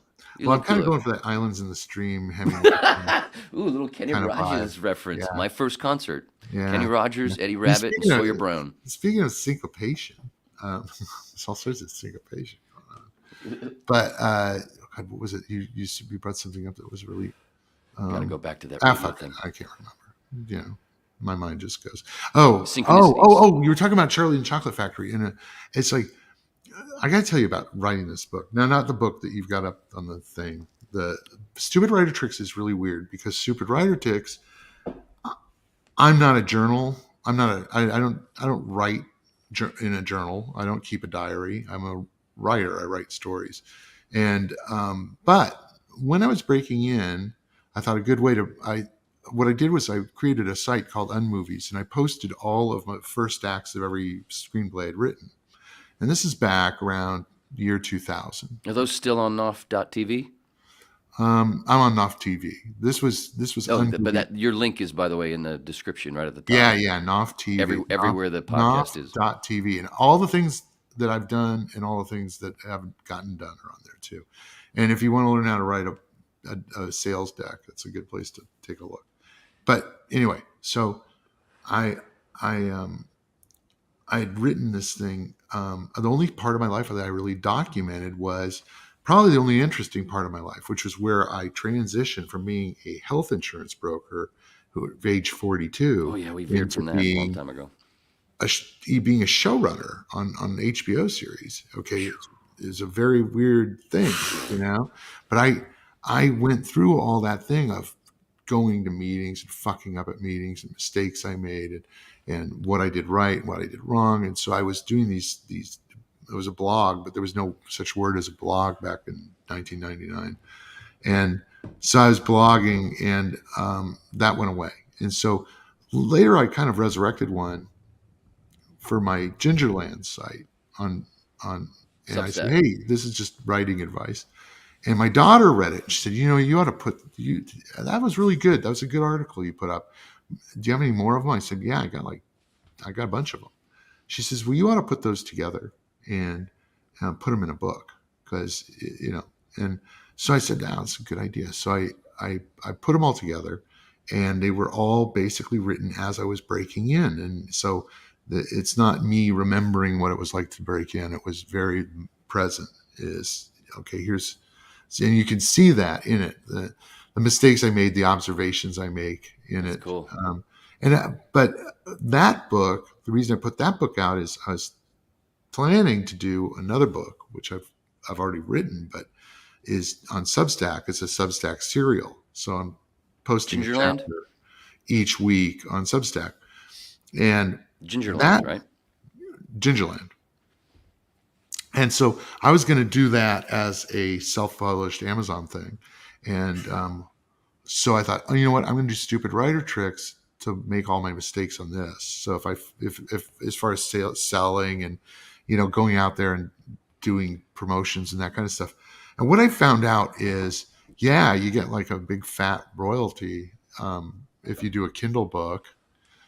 But if you want to get anybody to read it, you've got to spend like a lot of money to promote. And so in a way, even though you're getting like a really skinny royalty from, say, a standard publishing house, they've forgotten shit that you don't even know about how to sell books. And so, I'm kind of rethinking the idea of that. But in the meantime, Gingerland was one of my best friends in the business is Tracy Torme. And Tracy Torme is Mel Torme's son, right? Tracy created Sliders. Tracy was one of the top writers. Ooh, Jerry Star O'Connell. Trek Next Generation. Tracy worked on Saturday Night Live. Tracy's had the most amazing career of anybody in the world. And then his dad was Mel Torme, the singer. And Night Court. yeah. And the Liza Minnelli show. I mean, he produced that. And he had some stories. But he wrote a song. He and a buddy, his co-writer, went up to Lake Arrowhead and rented a chateau. And they decided they were going to write, and it turned out it was the hottest, worst heat wave ever. Like the lake was just dried up, and it was like, so they're in Lake Arrowhead, it's sweltering, and they decide, hey, why don't we write a Christmas song? So the two guys get together and they write chestnuts roasting on an open fire. That was written in Lake Arrowhead. That song in Lake Arrowhead in the middle of a heat wave, right? Duff McKagan had a house on Lake Arrowhead. Yes, and I thought, here's this song.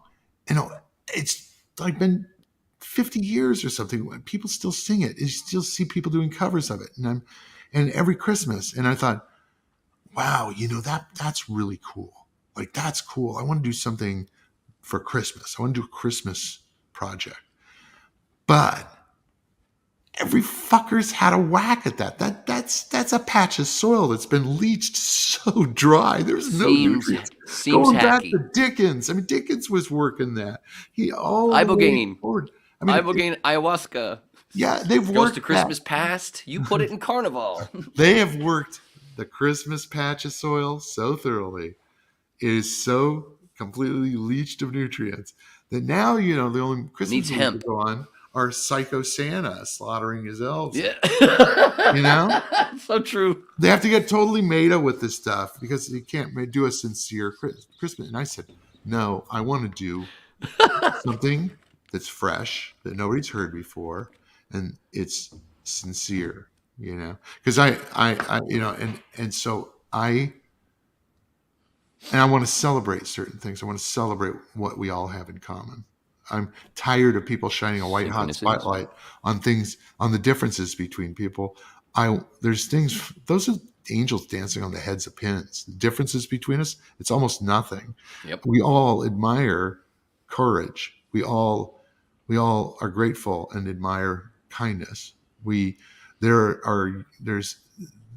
when I see somebody when I see a group of strangers getting together to throw buckets of water and push a whale off a beach, I'm astonished at how amazing my species is. What other species does that? Yeah, I don't see a group of fucking monkeys helping the whale off the beach. I don't see, the sharks will help the whale off the beach. You mean lawyers? Yeah, but I love people. I think only 10% of people are assholes, and they make life kind of shitty for the rest of us. And of those, maybe 1% of them are like real psychopaths. They wouldn't, and those assholes that you talk about wouldn't exist if it wasn't for capitalism, which is a parasitic system which turns most people into because they were total assholes in the Soviet Union too. There's assholes everywhere. Absolutely. You can't fix that. Yeah, you can. No matter what system you have, trippers aren't assholes. Will always be there. Trippers aren't assholes. I know assholes that are trippers. They ruin everybody else's trip. They're not real trippers. One of those assholes. They harsh your mellow. They're the worst. Those aren't real trippers. The guy who walks up to you thinks he's funny. He's going, that's not a real tripper. That's a cunt. An asshole. That's a cunt. Okay. Anyway, that's a cunt. So, okay. What was I saying? I can't remember what I was saying. I don't know, but we're having fun. This Gingerland thing, and I'm going, okay, I got to do. And so I came up with this story, and it was like it. I don't get it. I got attacked by this story. I mean, usually stories take me. They sort of, come up. Here, this is interesting. Then I kind of set it aside, think of something else, and think of something else, and then okay, well, this one's ready to go. So I have 5 or 6 in play, and then one's creeping up, and it's like, okay, I'm about to break water on this one, so here it goes. And this one just went boom. It was like I had all 3 acts, bam, bam, bam, bam, bam, and then I looked it up because I said I can't believe anybody's done this before. It has to have been done before. My heroes were gingerbread people. And sure enough, nobody had done that. I was like, are you kidding me? So I did this Christmas story called Gingerland. Okay. And then it was really the other challenge. First of all, you do a fresh Christmas story, right? Right.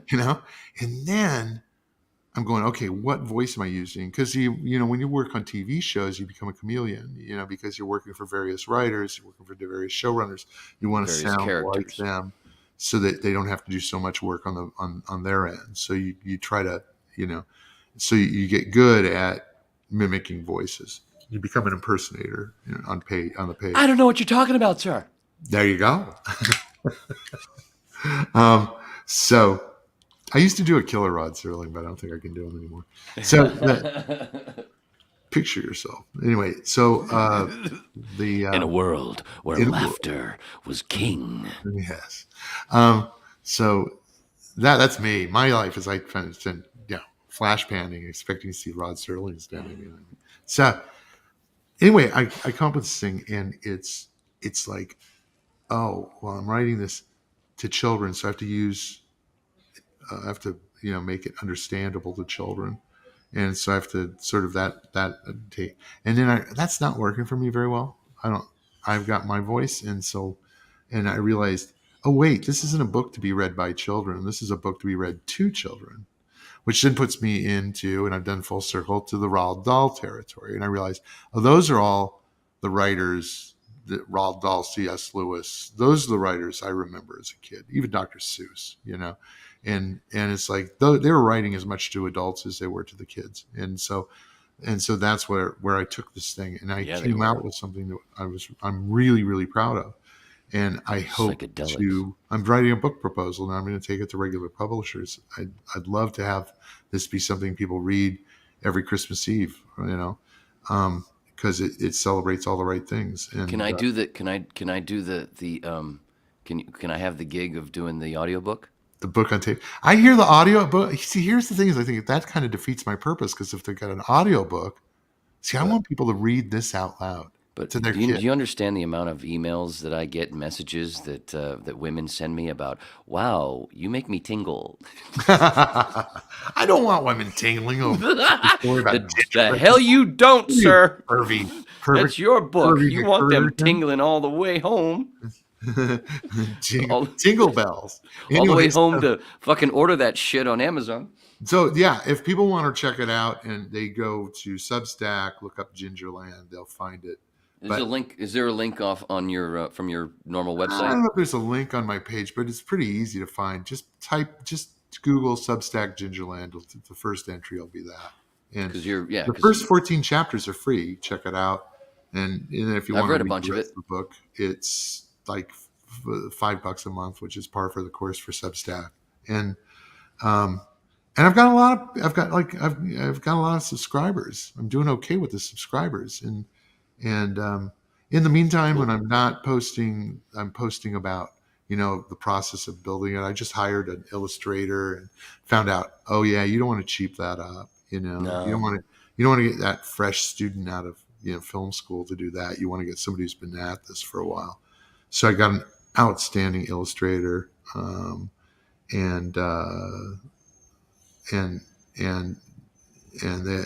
so I'm going to have this beautifully illustrated Christmas book, hopefully coming out this Christmas, called Gingerland. And my heart and my soul is in this thing. I love this book, and I feel like we need things like this book, just things where we just feel okay about ourselves, I'm tired of I'm tired of people telling me, "Oh yeah, you're world destroyers. Oh my God, you're the world's worst thing in the world."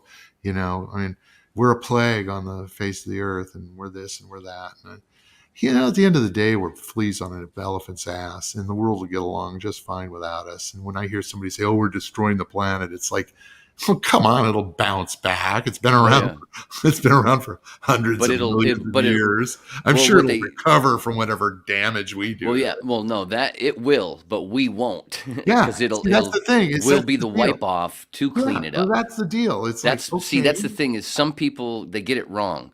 Now I see No, the they angle all there. get it wrong. They say you're destroying no. the planet. You go, We no, are. we're making the planet inhospitable to us. That's the Right. planet shaking us off. Like the planet going, Well, okay. that's what I mean. That's what I Yeah. mean. That's what I'm saying. What you just said Yeah. gets confused. Some of the people that you're talking about before, though, are those people that's what really they're saying, but their words get kind of It's fucked kind of up. But rank ego. there's more. I think more people are like me and you. What you just said. Yeah, we're the ones fucking up our own way of living here. The planet's gonna be just fine because it's gonna say, "Get the fuck off," because It you keep bounced doing back this from shit. It got hit by a big meteor. It killed all the dinosaurs. It bounced back from that. Did they really exist? Oh, come on. I don't even believe the Have moon you seen landing. 65 yet? Dude, I haven't. I don't even believe the moon landing Have anymore. you seen 65? Was that a movie? It's on. Yeah, it's new. It's with oh God, what the hell? It sounds familiar. Yeah. Oh God, why am I going blank on his name? Because I love him. He's a great actor. It does sound familiar, but Look it up. 65. You ever get a computer? Go see it. I got a computer. yeah, you're sitting. We're both sitting right in front of Sitting one. in front of a fucking computer. But I'm flipping over. Really, it was about a guy who's a spaceman, Spaceman. Yeah, he's spaceman. He's transported. All of a sudden, you know what popped into my head? Marty McFly standing over Yeah. his dad with the hazmat suit, hitting Van Halen, telling him to write, telling him to be a writer, telling him it's to be a like, writer. We got to recruit. We got to recruit 7 intrepid spacemen to be in the Apollo project. And you guys are going, spacemen doesn't work for me. We got to come up with something. How about astronauts? Astronauts. That sounds almost celestial. Yeah. Oh, I'm an astronaut. Well, I'm a Spaceman psychonaut. sounds like something out of a fucking comic book. You can't be spaceman. But I like spaceman. I think spaceman needs to come back into vogue. But anyway, Who is? There it is. 65. Yeah, fucking Adam Driver, one of my favorites. That's it. Adam Driver, wonderful. One of actor. my favorites. He's fucking So Adam great. Driver plays a He's spaceman. awesome. He's transporting a bunch of guys to some colony, and he ends up getting.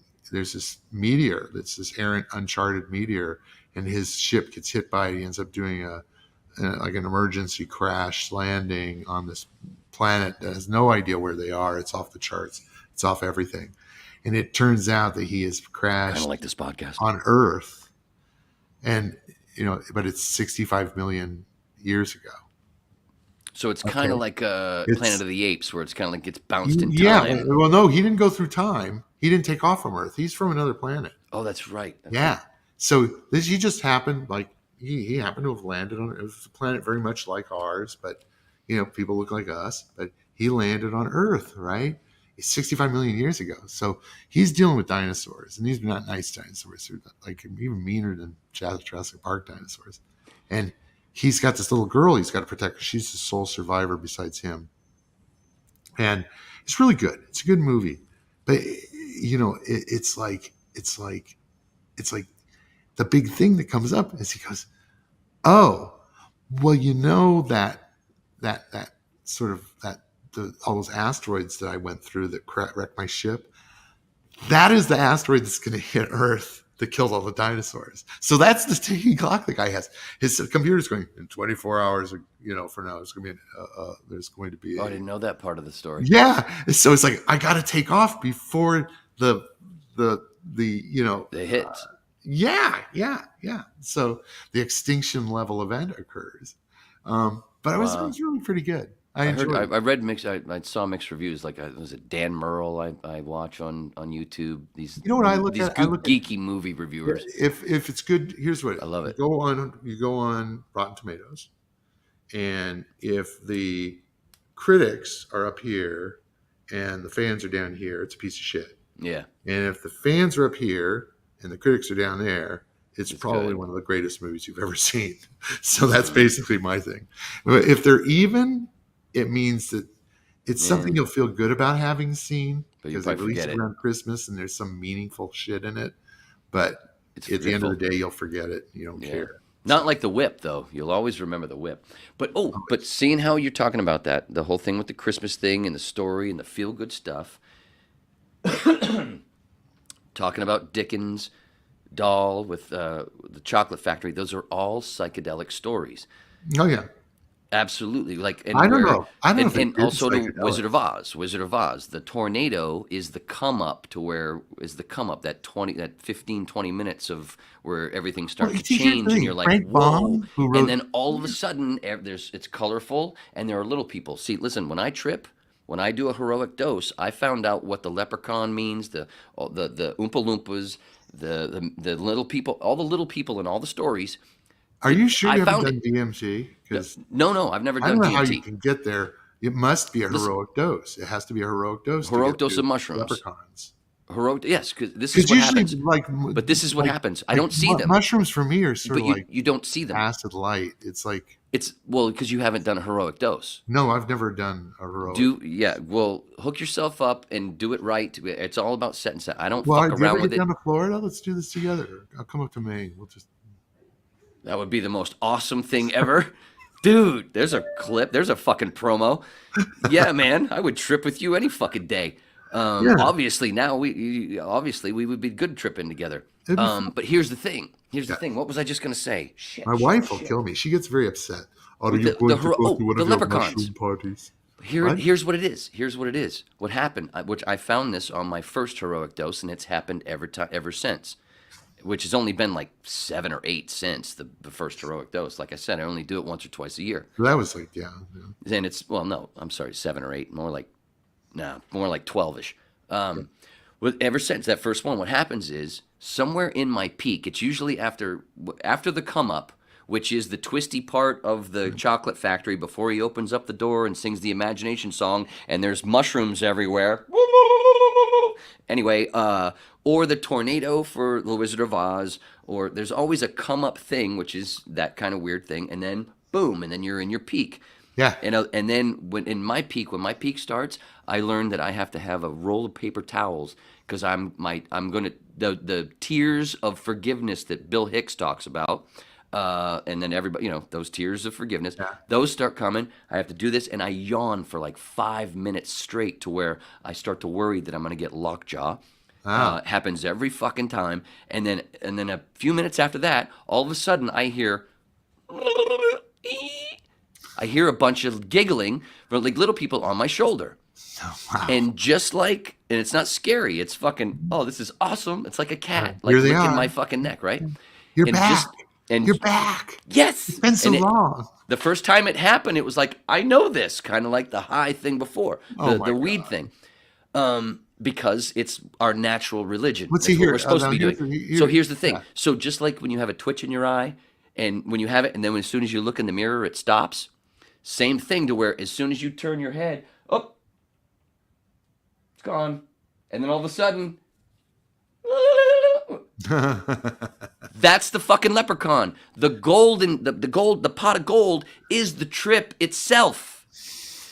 For the healing to know that, oh, that's right, we're all one. This is all a game. This is all an episode of Star Trek where it was the Western one. What's the Western one? The fake thing. I feel like I'm trapped I'm suddenly in a dorm. Like this is a dorm. Like this is a dorm conversation.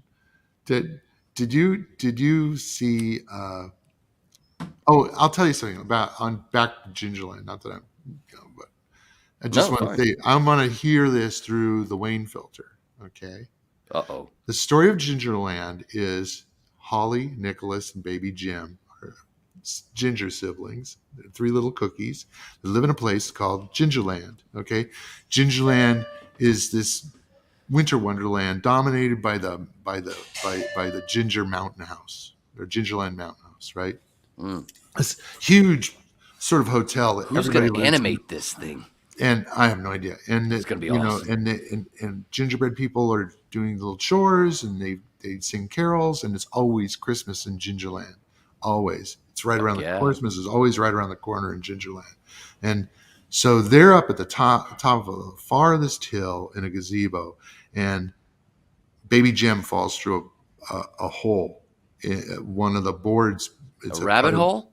It's a butter brickle floor, and it cracks, and Baby Jim falls down this hole. And so then, being the brave one, Holly dives in after Baby Jim, and then Nicholas, after some consternation, jumps in after Holly, and they find themselves digging their way through packing peanuts. A trinity? Okay, so it's like they're burrowing. They have to burrow through these styrofoam peanuts, right? It's packing peanuts. Okay, and then they find a door. They What? find a little What? hollow part. They find and Jim Morrison? a door, and they have to push hard. Sorry, But they get the couldn't help door open, right? Hacky They all cunt have I to. am. They all have to push together, and the door opens, and they tumble out onto a big rug. They find themselves in this place that is like an absolute duplicate of the Gingerland Mountain House in every detail, except it's not made out of gingerbread. It's not made out of candy. It's made out of like wood and stuff. It's like, and it's giant. It's ginormous. Okay. And they're looking around, and it's like they try to get back into they're like trying to figure out what's going on. And so they climb up onto a chair to get a better look at where they came from, because there's this big box like a skyscraper above them. They can't see anything. And they see that Gingerland is a display in the lobby of this hotel, and that's where they've lived their whole lives. I just came in my pants. Okay, that's twice in one podcast. You're good, sexy. So anyway, so they realize that the place they're from is and it's in the lobby. It's basically a duplicate, a gingerbread duplication of Russian doll story. of it's of this hotel that they're in. Oh, this sorry for resort. saying Russia. It's sort of like the Mohonk Mountain House. It's Better place. It's upstate New York. It's this Victorian hotel, and so they're inside there, and before they know it, they hear this horrible sound, boom, boom, boom, boom, and this big giant woman comes in the room, and she's Millie, the killer maid. She comes in, she's vacuuming, but they don't know what a vacuum is, and they see her vacuuming up all these styrofoam peanuts, and she sees the doors open, and she closes it, she locks it with a golden key, and the whole story is about these three kids.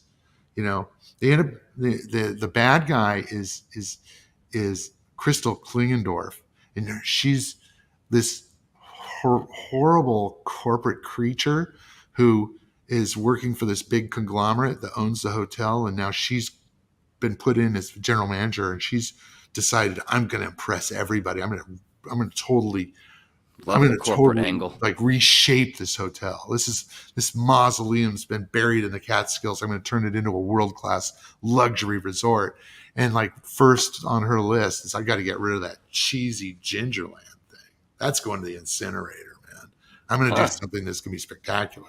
The good stuff in the trash. So, Weird. yeah, and they Weird how corporate stuff they does get that. chased by her cat into the wall. Right, there's a mouse hole in the wall by the fireplace. They run in through the mouse hole, and they find themselves inside the walls of the hotel. And inside the walls of the hotel, they discover a whole bunch of ginger people who fell out of Gingerland and never were able to get back in. So they're kind of crumbly. Some are missing limbs. They're like, they're old gingerbread people, right? And they live inside the walls of the hotel in this place they've created called Ginger Haven, right? And all they eat is candy and pecan pancakes and shit. Then so Fucking diabetics. yeah, no, you know what? Here's the thing. That's why they're missing limbs. There's songs. The pecan there's pie. actual, if you God, read I'm it, funny. there's songs in it. There's verse. I've got a bunch of verse inside it, just like Dude. Roald Dahl would do, and what other people would do with these kids' books. And so I said, oh, this is fun. I can do that too. I can stretch that muscle. So I have one where the Mrs. Clinton, she hires this guy. He's a third rate like window display artist in Manhattan, but she runs with such mediocre people that they all treat him like he's Leonardo da Vinci. So she hires him to come up with a new Christmas display, which is obviously going to be horrific, right? But his name's Monty Espinosa. So, and it's like he's, the bad guys are the kinds of people you really kind of hate now. But the verse in it, they mention, oh, this place needs to be pulled out like a rotted tooth. And, Nicholas is going, what's a tooth? Like, I don't know what like gingerbread people don't have teeth. Right. So gingerbread people have never been to the dentist. They can't get cavities. That's why it's just all they eat is just stuff that's bad. That's why they don't have teeth, because they don't need teeth. They're gingerbread people. They eat and they're all people of color. It just depends on how long they were left in the oven. That's true of like us too, isn't it? So I mean, diversity is covered on this one. I got that.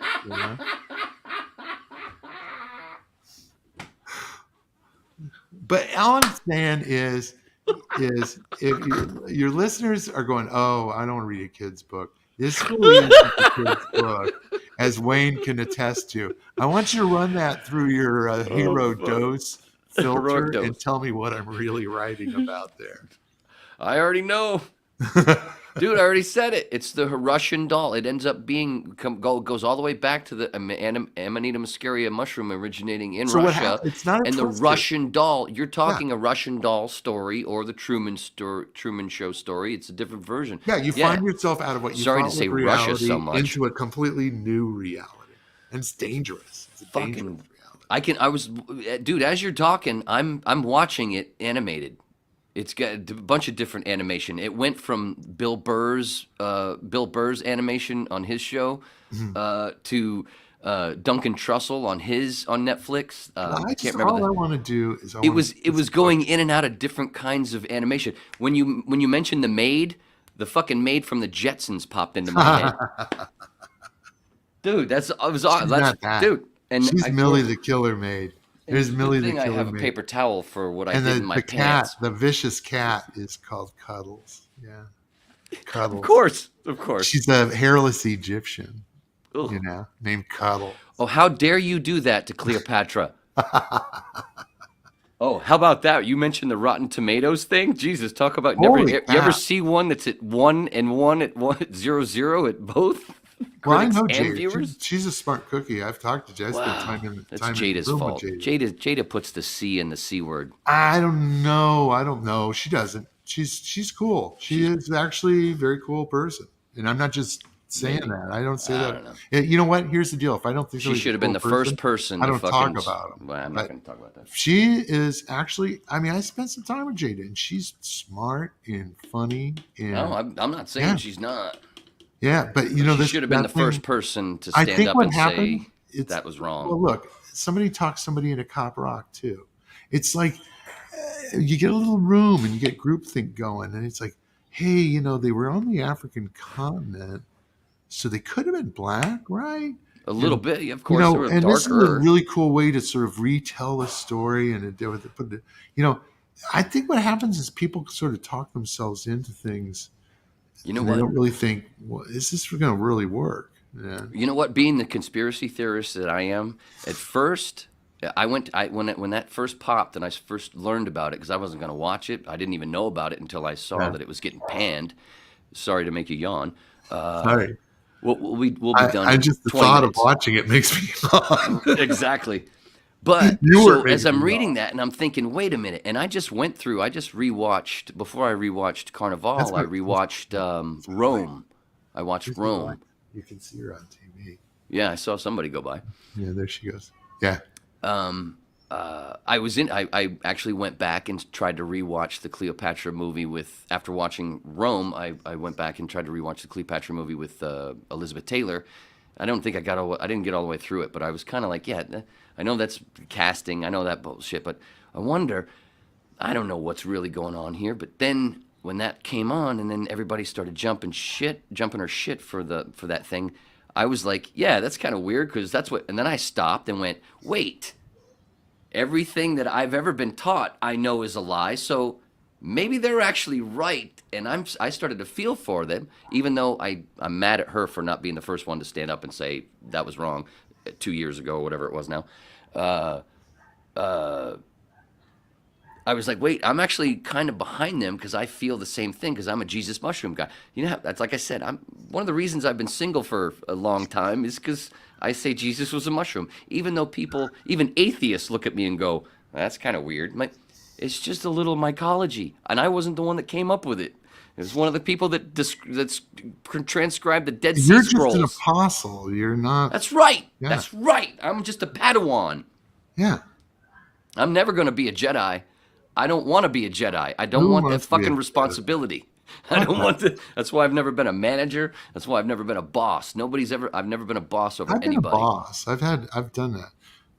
All you have to learn when you're a boss is you just have to be able to make decisions. Speaking of that, that's one of the things. The thing is, make sure you get people that are really good who are in charge of all your departments. And if somebody isn't good and if they're not doing their job, they're just making the job harder for everybody else. So it's time to fire them.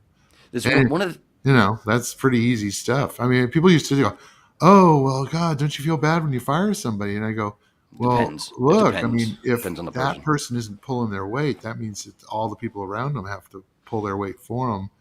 And so, when am I going to punish all the employees that are having to, do the extra work, or do I punish the employees causing all the extra work?" Right. I never feel good about firing anybody. I don't take any pleasure in it, but nor do I feel bad.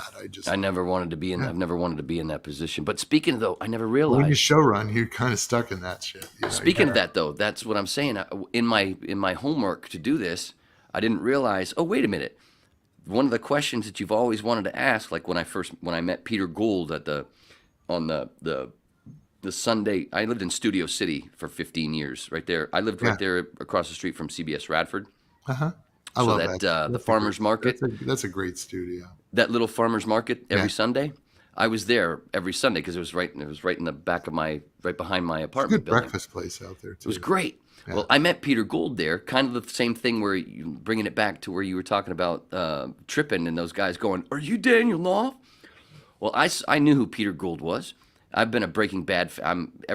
People that know me know I'm a super geek on Breaking Bad. Yeah. And I see Peter and his wife going one way as I'm walking the other, right in front of the Big Five. And I went, do I want it? Because I'm not one that goes up and says anything. Like I don't take pictures. Out of all the people that I've worked with and stuff, like one of the only pictures I have with somebody else is like fucking Gary Busey, because he was when I did a comedy show, he was in the audience and he stormed the stage. Did you read my book? I have a chapter in there with Busey in it. Holy fuck! More synchronicities, ladies and gentlemen. You need to read the book. No, I have. Which one? Which one? Writers? Stupid Writer Tricks. No, I haven't got it when yet. You read that book. You said you were going to send me one when you got them. I'll send it to you. Did you send me? You sent me your address, right? No, not yet. Only okay, you got my email. Send it to me after the show, and then I'll sign a copy. I'll send it to you. Oh, fuck yeah! You're gonna love I'll this read book. it. You know I'll read it. I'll read it up when you read this book, dude. Yeah. I'll read chapters on the whip if you want me to. Yeah. I've read chapters of Doug Stanhope's book, "Digging Up Mother" on the podcast. Yeah, you could do the audio version of this. That'd be great. I'd fucking love, dude. And I don't even care about the paycheck. I just want to do it just to say I fucking did it. I don't care about the money. I do care about the money, but I don't. Yeah. It's Money's more about, good. dude, because it's this. This is what I'm always looking for, and that's what this is about. And I can't believe and finding them is what it's about anyway. And we found even more, but. I was thinking. I didn't realize. I was thinking of doing the audio version myself because it's my story and I'm all told in the first person and everything. Well, you could for sure. No, you've got a we much better swap? voice than I do. Well, we swap chapters. Fuck that. Swap. No, that's what Doug did. That's what Doug did with one of his books. He had Chad Schenk do each. Him and Chad Schenk swap chapters. Did you, his buddy Chad? Did you read? Did you ever listen to Carlin's autobiography? His brother does it, and he sounds just like George Carlin. No, I never did. Yeah. He sounds like a crotchety old George Carlin. To me, speaking of Stanhope, because he's his older brother. Speaking of Stanhope, to me and Star Wars, to me, Carlin is Yoda, Bill Hicks is Obi-Wan Kenobi and Stanhope is Luke Skywalker until Ryan Johnson fucking killed him because Stanhope's still alive. Hey, dude, I got a hard out. My wife's gonna start cooking.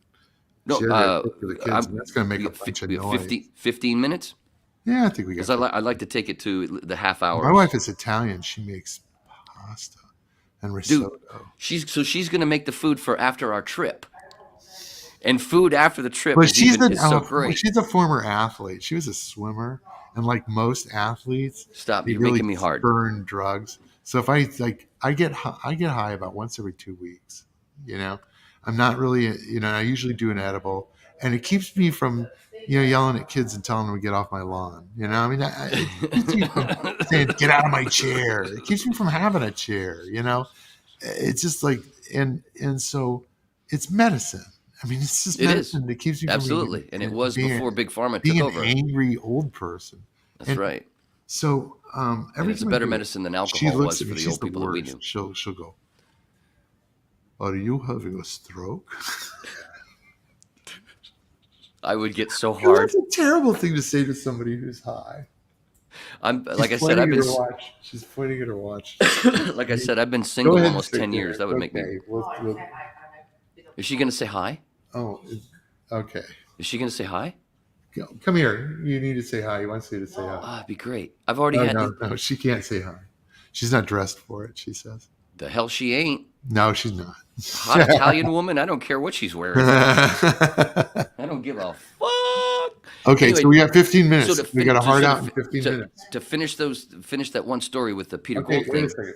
1 second. You cut this part out. What?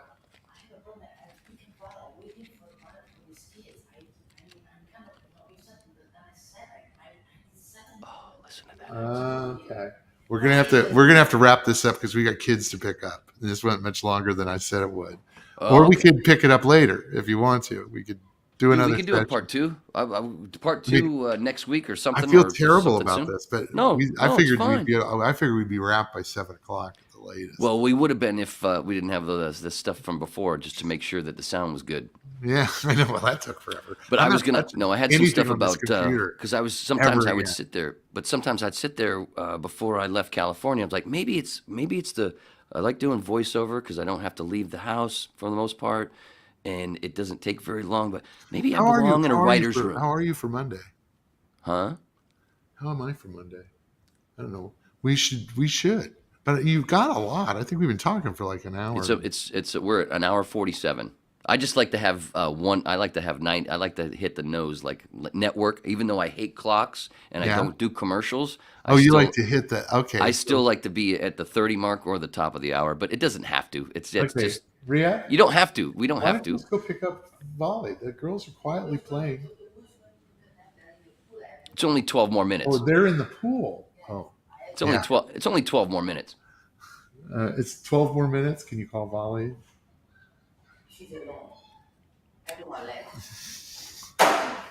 I can't do it, man. She's alone. Everybody's left. She's alone. It's okay. It's okay. She has to go.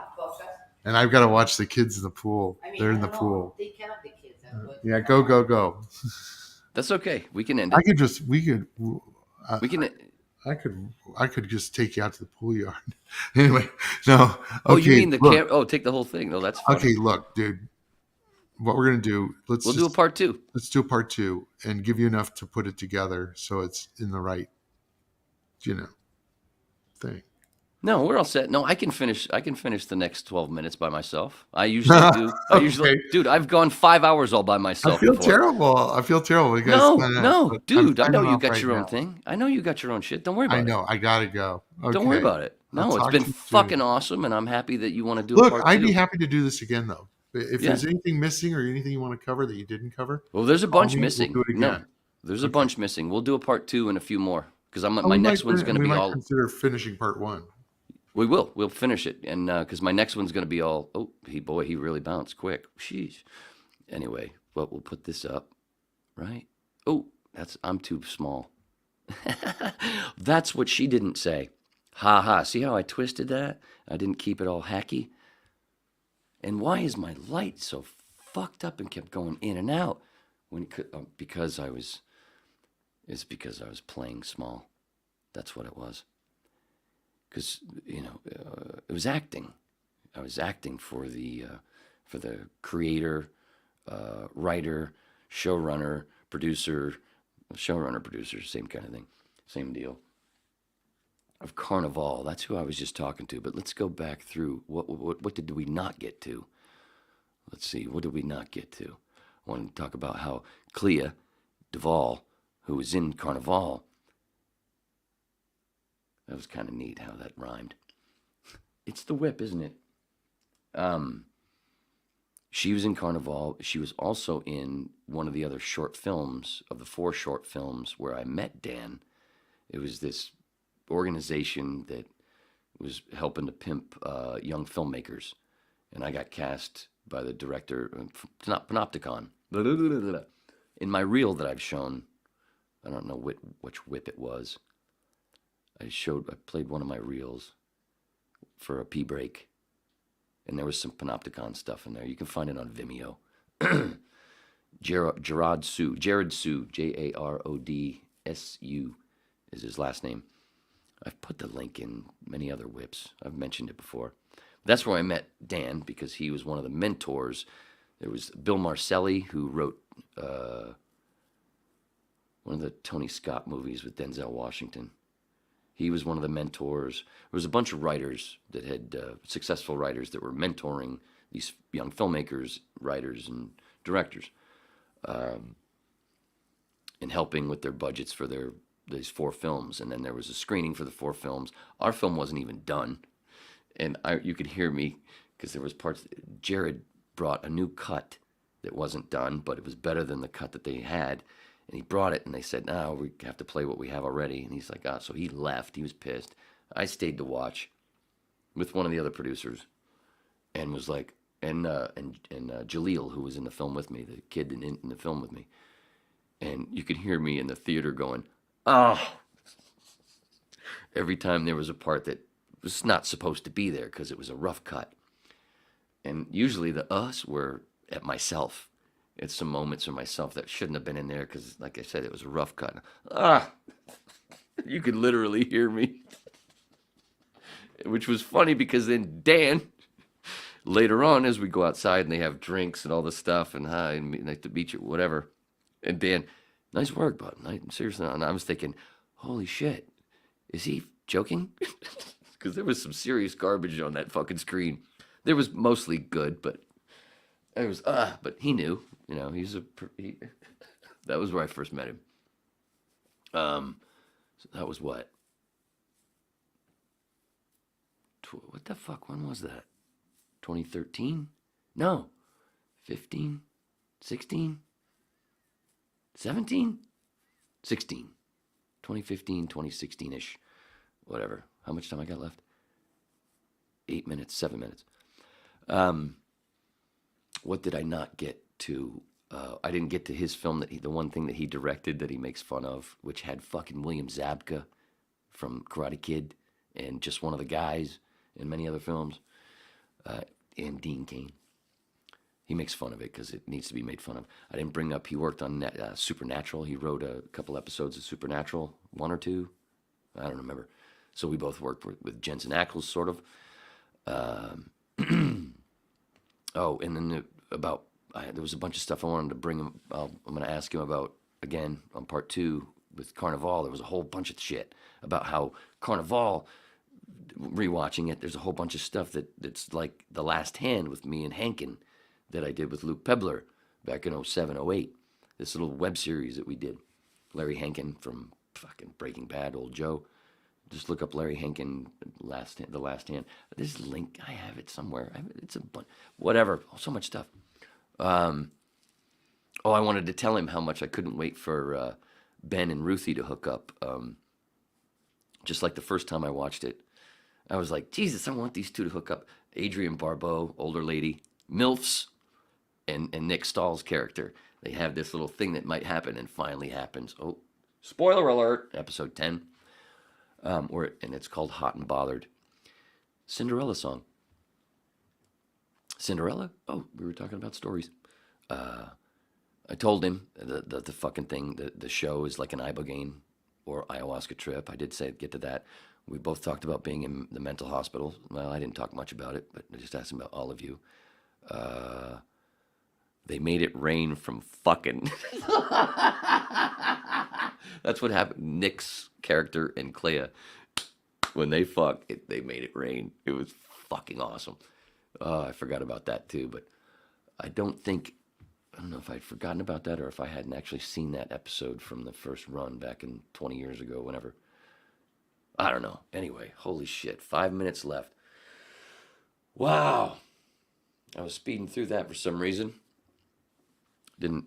I thought I'd go, I was going to, what did I not finish? I didn't finish the story about when he was talking about the whole thing about starstruck shit, where I was trying to finish the story of being a fan of Ron and Ron, taking a day off of work to go to the Ron and Ron, which I've talked about before, the live gig at the Hallandale, the Button South, and my girlfriend Carrie and I not even being able to get in, but then the next day, they had another appearance that they did, and we met Fezzy and Ronnie, and I was like, and then 3 years later, I'm one of their producers. Synchronicities. And I was still, as one of their producers for the first few months, every fucking day, it was like, am I really here? Am I really part of this fucking show that I used to listen to and fanboy about? Am I Kevin Smith? It's time to start crying. I'm Kevin Smith. No, I'm not. Fuck that. He quit smoking weed. What a pussy. What a pussy. He turned into a turd. I get the whole thing with the trauma stuff. We've all got it. Boom. You should be talking about psychedelics, homeboy. If you really want to help people with trauma, talk about psychedelics, because that's what really helps. And the proof is in the big fucking Willy Wonka, Scrooge, Mary Poppins, Wizard of Oz, Gingerland pudding. God damn, do I know how to put things together on a quick beat. Do I? I should be a rapper. No. Hey, did I tell you? No, I didn't. I'm actually auditioning on Tuesday for with a band that wants to do a Doors hour. Oops, wrong way. I'm going to try to be this guy for a bit. No, I'm not going to try to be him at all. I'm just going to try not to dance. I'm gonna try to be as still as him, so I keep all my energy from my voice and I don't end up blowing it out from doing this too much and using up too much energy and keeping it all for the vocal thing so it sounds as good as possible. And and do a bunch of these so it gets even better. What? When? Why? She's a Ravager. Gamora? Yes. For those that don't know the joke. What a fucking awesome hour and 50 minutes with Daniel fucking Knauf. I don't even want to make clips for this. Why would you make a clip? The whole fucking thing is a giant fucking... The whole thing is a promo. He was absolutely awesome. I was a douchebag for cutting some stuff off and not finishing some stories quicker than possible. But we were all... He wants to trip on the whip. No, not on the whip. He wants to trip with the whip. Daniel Knauf, the creator of Carnivale and writer of Blacklist and Stupid Writer Tricks and Gingerland and a lot of other things, he wants to trip with the whip. Guess I'm going to Florida. I guess the whip is going to take a trip. Boom! God, Jesus. You know what I am? Not a two-handed bowler. That's what I am. Fucking Queens. I'm just kidding. I fucking love you, Anthony Simonson. I love you, Packy Hanrahan. I fucking love you guys. I don't love Jason, which is weird because I love Australia. I'm an eighth Australian, kind of like how I am German. Zieg when why? Zigzag. I love you guys. But you should have your own fucking association / league, whatever you want to call it. Fucking love it. I ended it on bowling. Isn't that sweet? Because that's what we do around here. We mix it up a little. Hey, can't wait for Daniel Knauf Part 2. It'll be soon, but the next whip, it's going to be all about Mr. Hicks. Mr. Hicks. That's what it's going to be about. Anyway, watch James Corbett Report, Jimmy Dore Show, Russell Brand, Kim Iverson, Revolutionary Blackout Network, but look for yourself. I'm just a fun babbling lecturer, obviously dabbler. Remember, we're all Neo, a.k.a. One. Sorry, ran long, had to bump comedian Dave Chappelle. Thanks, Gary. Daddy loves you.